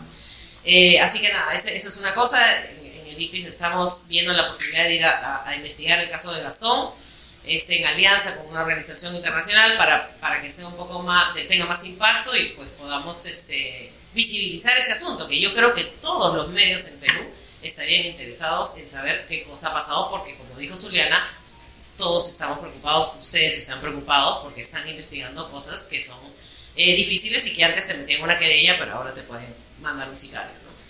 En segundo lugar, concuerdo con Juan Aurelio, a mí me preocupa mucho el discurso estigmatizante de los políticos actualmente, ¿no? Tenemos un alcalde que dedica horas en su discurso diciendo que tal periodista es tal, el cual, y siempre con medios de comunicación que son algunos por internet, que son más de nicho o que tienen financiamiento, pero también de los medios grandes. Yo creo que Perú es un país sui generis en ese sentido, porque tenemos 4 canales de televisión de señal abierta que todos los domingos revientan el poder político en el país. O sea, tenemos todos los peruanos y peruanas vemos los domingos Latinoamérica, Panamericana, ATV, sacando información de unidades de investigación que están siguiendo al poder, fiscalizando el poder, mirando el poder. Tenemos diarios tradicionales, radio, tenemos alternativos, tenemos, en fin, tenemos un ecosistema grande de medios que más allá de las presiones, de los intereses económicos o etcétera, todavía tenemos este formato de unidad de investigación que están todo el tiempo mirando el poder. Entonces, eso yo creo que es algo muy valioso que tenemos que tenerlo, atesorarlo realmente, porque en América Latina no pasa eso. Y ahí sí creo que tiene que haber una alianza entre todos los periodistas de defendernos entre nosotros y no estar como en minucias peleándose unos con otros. Y yo creo que ahorita hay que enfrentar todos en bloque y defender esta libertad que todavía tenemos, que de verdad mucha gente puede decir sí que, ¿no? que la prensa es así, que es mentira, que no sé qué, pero todos los domingos y todos los días nos enteramos de cosas porque los periodistas están siguiendo el poder y lo hacen ustedes también, con peligros, con riesgos, pero y con esta nueva método de contra la prensa, que es autoridades usando este discurso de darle a la prensa diciendo que son pues corruptos, etcétera, que a mí sí me parece muy preocupante. Yo tuve hace unos años una conversación con Raúl Olmos, que es un periodista mexicano, que me contó que AMLO en sus mañaneras, que todo el tiempo estaba en este discurso contra la prensa, no es que AMLO necesitaba mandar asesinar a un periodista, sino que el discurso cala, y efectivamente el rebote fue el asesinato de un periodista, y el asesino confesó que había sido, o sea, no por AMLO, pero sí porque es un corrupto, entonces sí cala. Rafael Correa me parece también un gran ejemplo de cómo cala ese discurso. Y una cosa que me parece bastante grave que está pasando en el Perú es que estas autoridades utilizan los recursos públicos para hacer estos ejércitos de trolls y difamar periodistas que están investigando el poder. Esto lo hemos visto en el IPIS a partir del 2016, cuando Keiko pierde la elección, se molesta porque no ganó, y entonces y tenía la mayoría en el Congreso, y ese momento era justo el caso Lavajato en ebullición. Empezó una campaña de desprestigio contra los medios brutal y contra los periodistas, ¿no? Entonces, eso yo creo que es una alerta que tenemos que tener todos de saber ese discurso estigmatizante que por supuesto debe pasar entre los alcaldes y los presidentes regionales de todo el Perú, empezando por Corima y terminando por Acuña. Pero sí, me parece que eso es algo que hay que tomar en cuenta y mirar. Y finalmente, bueno, no quisiera dejar de mencionar la cantidad de leyes, sí, pero la ley APSI. O sea, yo creo que la ley llamada anti-ONG, pero en realidad es la ley de la Agencia de Cooperación Internacional, está atentando directamente contra la libertad de expresión, contra los medios de comunicación, porque hay muchos medios de comunicación que reciben cooperación para hacer investigación a profundidad y que ahora van a tener que contarle al gobierno qué cosas va a investigar y cómo lo va a investigar, a ver si lo aprueba. Y es algo que afecta no solamente a los medios que reciben cooperación, sino también a los medios tradicionales, porque desde hace un tiempo los medios tradicionales, con la crisis económica, han tenido esta posibilidad de acceder a fondos que da, por ejemplo, el IPIS o que da algunas otras organizaciones para hacer investigación a profundidad con recursos de cooperación y poder pues tener una cobertura de un medio tradicional con impacto nacional, pero con recursos que vienen de otro lado, ¿no? Entonces yo creo que esto afecta realmente al periodismo duramente y sobre todo pues a los que estamos tratando de hacer un periodismo a profundidad. Muchísimas gracias, Adriana.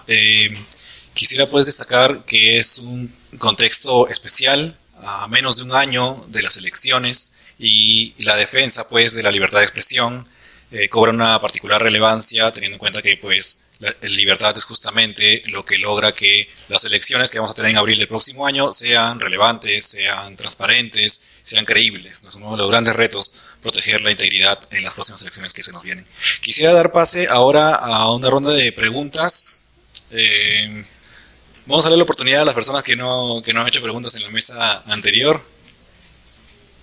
Ahí atrás en la última fila, 1, 2, aquí con Omar. Y aquí, 3. Ok. Sí, ahí atrás.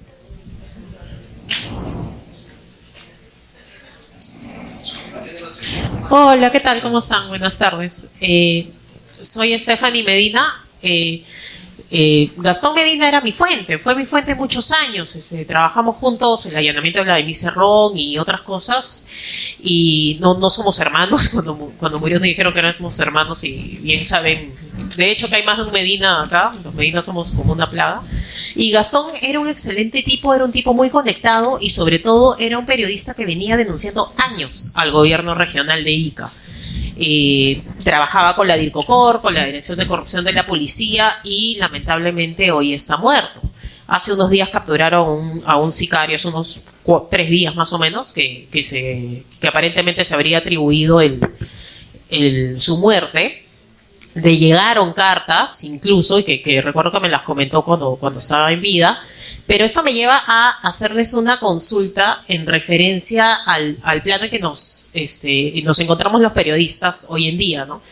Recuerdo, ayer en realidad, una reportera de mi programa de Contracorriente de Willis, muy jovencita, en sus 20, que se llama Kimberly Giraldo, había obtenido la exclusiva de una videollamada con Cuchillo, este asesino de patas, y había estado justo en Casma cuando allanó la policía. Entonces ella estaba bastante asustada. Y lo conversábamos nosotros, que ella tenía miedo, ese miedo que empiezan a hacer cuando un reportero empieza a hacer sus primeras investigaciones, ¿no? Y ella decía evidentemente que tenía temor y lo que solíamos decir antes los periodistas, decía, oye, pero tranquilo, ¿no? O sea, no pasa nada, de que quiere matar te mata. O por ejemplo, si han leído Territorio Comanche de Arturo Pérez Reverte, el periodista es o avanzas, te asustas y te vas, o te matan en el camino, o te haces una reputación. Pasan esas 3 cosas. Pero ahora matar a alguien cuesta 300 soles. Pues. Entonces me dejó pensando y le di unas pautas de, ¿no? Por ejemplo, que tu DNI no esté en tu dirección verdadera y algunas pautas que solemos tener los periodistas que hacemos investigación. Pero, ¿qué podría decirle o qué le podrían decir mis jefes a esta chica que en realidad sus miedos son bastante fundamentados, ¿no? ¿Qué consejo decirle a los jóvenes periodistas que tienen este ímpetu, este hambre por investigar que tanto hace falta para poder evitar que abandonen esta carrera que es tan bonita, ¿no? Y tan peligrosa a la vez? Muchas gracias. Agrupamos las preguntas. De repente, Sí, la pregunta bueno. número 2. Bueno, muchas gracias. Bueno, en principio, de mi parte, yo quiero felicitar a IPIS, a ANP, al Consejo de la Prensa Peruana, que están al tanto, a la expectativa cuando atacan a un colega. Yo me llama un poco la atención, ¿no? O sea, yo creo que también cuando pasa algo con un colega en regiones, a veces por eso mismo, el mismo hecho que nos conocemos y a veces le dan poca pelota, ¿no? Y yo creo que al esfuerzo que hacen los tres gremios periodísticos que acabo de mencionar, creo que los colegas de Lima, por un tema de Ica, por un tema de Iquitos, deberían comprarse pleito. A mí me ha ofendido, me ha agraviado, me ha molestado y la verdad quería venir a Lima a hacer algo porque escuché al señor Alan Díez, que no tengo la oportunidad, y cuando hablaban en su programa decían, mataron a un periodista en Ica, ¿no? Sí, pues pucha, ya, pues consuela a su familia, ¿no? O sea, oye, hombre, tienes un papel importante para poder decir, oye, sé que el señor ministro, por favor, de una vez en el acto un comité especial. Y las acciones inmediatas tienen que funcionar así. Yo vengo de una región en Puno, mataron a un minero en una cumbre donde no hay nada, donde solamente de vez en cuando pasa el cóndor. Mataron a un minero, pero bastó 6 meses para que el señor Nakazaki mueva al ministro, mueva a la policía, creo que mandó hasta la CIA y ubicaron a los asesinos. Y la pregunta es, yo creo que hay situaciones en las cuales si hay que ir a puñetear la puerta del presidente del Poder Judicial, de la ministra y X, hay que hacerlo, o sea, hay que ir a pelearse. O sea, no hay otra, o sea, eso a veces, y nosotros mismos tenemos que tomar el protagonismo en nuestras regiones. Porque y además yo creo que en este gobierno tratar de fiscalizar algo, el gobierno no nos quiere, ¿no? El ministro no nos quiere, ¿no? Y bueno, como tercer punto, les hablo por experiencia, en casi todos los casos de crímenes fuertes que ha habido en Puno, crímenes fuertes, le hablo y se lo pongo como ejemplo para que se pueda irradiar, casi todos los casos los han resuelto gente no de Puno, gente de Lima. ¿Por qué? Porque los gremios se unen y ¿saben quiénes agarran a bandas de delincuentes? Los comuneros. ¿Hay asaltos? No los agarran. ¿Y saben quiénes vienen a desarticular las bandas de narcotraficantes, secuestradores, policías? Gente de Lima. De tal manera que investiguen en Ica. No, el delincuente siempre actúa con complicidad. Porque el delincuente que se escapa de una moto, pues no es el Hombre Araña, el Capitán América, no Thor, no lo es, pues. O sea, es gente que tiene complicidad con gente local de la zona.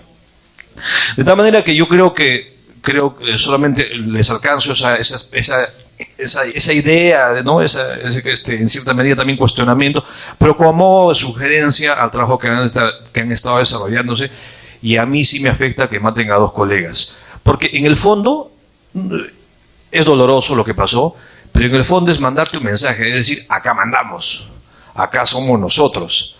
Y la pregunta es, ¿por qué alguien se acercó a una banda de asesinos? Es porque hay complicidad y hay alguien que abre esos puentes. De tal manera que Federico, Salazar, todos que tienen la oportunidad de señal abierta son responsables también de no haber metido más punche al trabajo que ustedes han hecho. Decirle, señor, mande usted un equipo especial. Rapidísimo, háganlo. Hace poco la policía ha ido a Puno, el viceministro, a dar explicaciones por las bandas de asaltantes de policía. ¿Y saben quiénes la capturan? Los dirigentes, las comunidades, los tenientes. Ellos ahora graban y ahí están la policía asaltando. O sea, de tal manera que la policía que aclare es poco difícil. Tiene que ver alguien más neutro, pero con determinación institucional y a veces con determinación política. Y a veces hay que ir a tumbarle la puerta, hay que hacerlo, no hay que tampoco, cuando se trata de un colega, cuando tocan, no, porque se están jugando el futuro nuestro. Se están jugando que mañana le tumban a alguien la puerta y no pasa nada. Hay que defenderlos y hay que defendernos. Muchas gracias. Muchas gracias. La tercera pregunta aquí. Buenas tardes. De Radio Madre Dios, de Puerto Maldonado. Bueno, primero una propuesta. Creo que sería bueno tomarnos un mezcal o un tequila entre todos. Lo podemos compartir después porque pagar las penas. El tema es que yo creo que los que estamos como periodistas de provincias necesitamos mecanismos de protección reales. Yo no he visto, en 9 años que llevo aquí, no he visto ningún mecanismo de protección real. Entre otras cosas porque algunas veces cuando te llaman periodistas de Lima, les tienes que insistir en que no quieres salir con el nombre. Entre otras cosas. Porque una ciudad como Puerto Maldonado, que tiene 250.000 habitantes, pero que tiene 300.000 habitantes en la región, al final todos saben quién eres y qué es lo que estás haciendo. Y mecanismos de protección reales dentro de la Fiscalía, dentro de los organismos de derechos humanos. Yo sé que ustedes están haciendo un gran trabajo, pero mientras no haya mecanismos de verdad, yo no voy a poder coger un teléfono y decir, me siento mal. Y hay una cosa que decía el compañero venezolano. Más allá del mecanismo de protección, incluso ayuda psicológica, que yo creo que no hemos hablado de eso, bueno, lo ha dicho el compañero venezolano. ¿Cuántas y cuántas veces hay por parte de nuestros contextos presión que no se sabe manejar? Y no porque seamos malos periodistas o peores personas, sino porque somos seres humanos. Y como no existan mecanismos de protección, creo que vamos a irnos todos del país y vamos a decir, bueno, ¿quién va a informar? Muchas veces, por ejemplo, en el tema de la pampa o en otros temas que tienen que ver con minería, con deforestación o con lo que sea, yo últimamente estoy diciendo, prefiero vivir en la ignorancia y soy periodista. Y con esto digo todo. Muchas gracias. Respondemos Adriana, Susana, Juan Aurelio. Sí, brevemente, un poco para responderle a Stephanie, que tiene que ver un poco con lo del colega de Madre de Dios. A ver, el otro día hemos estado con el representante del mecanismo de protección para defensores de derechos humanos. Aquí Rodrigo del Consejo de la Prensa hizo un papel ejemplar porque realmente encaró a la persona y le dijo, o sea, esto no está funcionando.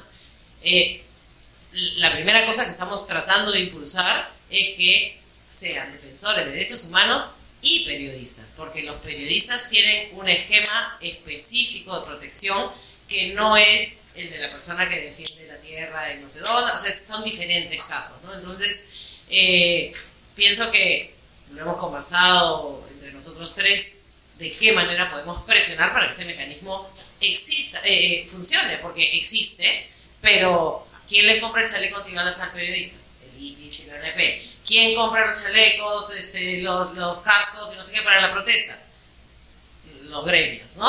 Y al final el mecanismo, pues te puede recibir tu denuncia, pero te dices que no tengo recursos para hacerlo. Entonces al final es un saludo a la bandera, pero sí creo que lo que hay que hacer es, ya que existe, hay que presionar para que funcione de alguna manera, ¿no? Y lo segundo que quería contarles, que les puedo contar ahora porque igual vamos a hacer una convocatoria, es que vamos a armar una metodología de monitoreo para situaciones de riesgo, ¿sí? Y ese manual, digamos, que se podría llamar, lo vamos a socializar con un grupo de periodistas que vamos a traer a Lima, que son 20 periodistas, y vamos a poder construir ese manual con los periodistas, porque nosotros hace 2 años tuve una reunión con 5 periodistas, Brian, La Libertad, las zonas más complejas, y todos me decían, sí, puede existir el manual de UNESCO, el manual de no sé cuántos, el manual de reporteros, pero el manual que necesitamos nosotros es a la realidad de nosotros, y acá pasa a ABC, ¿no? Entonces, yo creo que hay que construir una suerte de monitoreo, de mecanismo para poder afrontar estas cosas y también para visibilizar. Muchos periodistas trabajan en zonas de alto riesgo y hacen una cobertura y no tienen identificada la variable que es un tipo de la tipificación de cada amenaza, ¿no? Entonces, bueno, eso es un esfuerzo que vamos a hacer, que es un granito de arena, pero es algo. Y creo que también es importante, sí, lo decía Roberto hace un rato, es importante comunicar, decir qué está pasando, así sea hasta paranoico, pero estamos en una situación compleja. Entonces yo creo que los mecanismos de comunicación que tenemos los tres gremios son el canal para decir, oye, sí, me está pasando esto, ¿cómo hago con esto? ¿Cómo lo resuelvo? ¿No? Bueno, eso era lo que quería contarles. Gracias Stephanie, Luis Bomir, César, creo que súper atinadas las preocupaciones. Y sí, en este país, para quien no lo sabe, hay un mecanismo de protección de defensores que en teoría incluye a los periodistas, pero que por experiencia podemos decir de que, a ver, hemos mandado algunos casos y siempre ha sido como me han revictimizado, pero que no funcione bien no significa que no tenga que existir. Porque lo que no puede pasar es que las organizaciones tengan que terminar asumiendo el papel que tiene que asumir el Estado, ¿no? Y esa es una cosa clara. Yo recuerdo mucho que una vez, no voy a decir el caso, de hecho está aquí, pero que con Adriana fue casi, oye, la vida de este periodista depende de ustedes dos, ¿no? Y decíamos, nosotros no podemos garantizar que a un periodista no le va a pasar nada. Podemos entrenarlo, podemos denunciar, podemos documentar, pero el Estado tiene que garantizar la integridad de los colegas que hacen ejercicio periodístico en el país. Y no pueden escapar esa responsabilidad y no pueden decir, que las instituciones se encarguen, ¿no? Nosotros vamos a presionar, podemos acompañar, tenemos el deber de documentar, de seguir, pero el Estado no puede fallar a esa responsabilidad. Y hoy estamos en un escenario donde no solo el Estado no cumple con esa responsabilidad, sino que actores del Estado son muchas veces esos actores que amenazan, que agreden, que estigmatizan. Entonces es como el terreno ya en su peor expresión, ¿no? Pero coincido con lo que Luis Bomir decía, es un momento en el que, más allá de todas las diferencias que puedan haber, en la que frente a casos como esos de agresiones flagrantes a la actividad periodística, necesitas ir en unidad, hacer respetar la actividad, ¿no? Yo recuerdo que hace muy poco estuvimos en Juliaca, luego en Chiclayo, habían agredido a periodistas. Llega un momento, a mí me gustó mucho lo que dijo ya en la inauguración, este ejemplo que dio en el sector gastronómico. Pero llega un momento en el que tú ya no puedes mirar, oye, ¿qué medio es? ¿De dónde viene? No, o sea, le están haciendo esto a un colega hoy, y mañana te lo hacen a ti, y o sea, es un irrespeto con la actividad. Aquí está Vilma, y yo recuerdo mucho que una vez en Huancayo un colega decía, oye, la autoridad tal nos citó a una conferencia de prensa y dijo, los mermeleros que se sienten en primera fila, ¿no? Y que todo el mundo se rió como happy, y de hecho una filial nuestra ahí le mandó una carta a la autoridad diciendo, retráctese si no quiere que lo denunciemos, ¿no? Porque usted no puede tratar así a la prensa. Y era eso, o sea, cómo nos hacemos respetar como sector, y pasarse de hacer respetar como sector pasa por hacer un buen trabajo, por supuesto, porque hay que hacer un trabajo riguroso, todo eso que Juan Aurelio decía en la intervención, pero también que cuando hay este tipo de ataques a nuestros colegas, tengamos la capacidad de pararnos y decir, respeta la actividad periodística, da garantías, investiga, está pasando esto en el sector, ¿no? Y eso es clave porque hoy estamos hablando aquí de los asesinatos. Tendremos que estar hablando un montón de cosas que pasan en el sector, periodistas que son ahora denunciados por otro tipo de delitos, que no sé, ahora nos acusan de reglaje, piden garantías personales contra nosotros por el trabajo que hacemos. O sea, hay un montón de cosas de las que podríamos estar hablando aquí. Pero este es un país que ha sido remecido por 2 crímenes y tiene que ser un compromiso colectivo trabajar para que eso no quede impune, porque es la única garantía para lo que decía Stephanie, de que tú le puedas decir a un colega, oye, sí, hay miedo, el miedo es natural, somos seres humanos, pero mira, si esos asesinos o quien mandan a asesinar a materiales o intelectuales saben que finalmente van a pagar por este crimen, quizás sea la garantía de que no tengamos que seguir contando colegas asesinados en este país. Estoy muy de acuerdo con lo que acabas de mencionar. Hablaron de mecanismos de protección. Se mencionó también la importancia de denunciar, de no guardar el silencio, de acudir a organizaciones como el IPIS, como la ANP, como el Consejo de la Prensa. Es fundamental denunciar y no guardar silencio frente a estos casos. Yo quizás puedo compartir con ustedes, por ejemplo, un caso reciente en nuestra redacción en El Comercio. Uno de los temas que más hemos investigado ha sido el transporte. Y el transporte informal, el transporte ilegal, las redes criminales que lo rodean. Y tuvimos un caso reciente también, a raíz de un informe de cómo habían tomado los colectivos informales en la avenida de Arequipa, una serie de mensajes amenazando a los periodistas que habían trabajado en esos reportajes y amenazando con la dirección, la familia, con datos personales de los periodistas. Cuando esto sucedió, inmediatamente dentro del medio se activan protocolos que tienen que suceder, protocolos de seguridad, brindarle seguridad al periodista. El departamento legal tiene que intervenir y tiene que ayudar. En este caso, por ejemplo, el periodista tuvo que salir del lugar donde vivía un tiempo para estar en buen recaudo. Eso en un medio grande, como el caso del Comercio, tiene que estar muy claro, tiene que haber un protocolo de acción frente a estos hechos. Pero en otros casos, donde no hay estos recursos, donde no hay estos departamentos de legal, de otra ayuda, se tiene que recurrir a organizaciones como las que están presentes acá. Creo que ahí hay un espacio fundamental de ayuda. Estos eventos son una gran oportunidad también para tejer redes entre nosotros, conexiones entre nosotros, poder ver frente a estos casos cómo puedo recurrir, qué puedo hacer, cómo me pueden ayudar.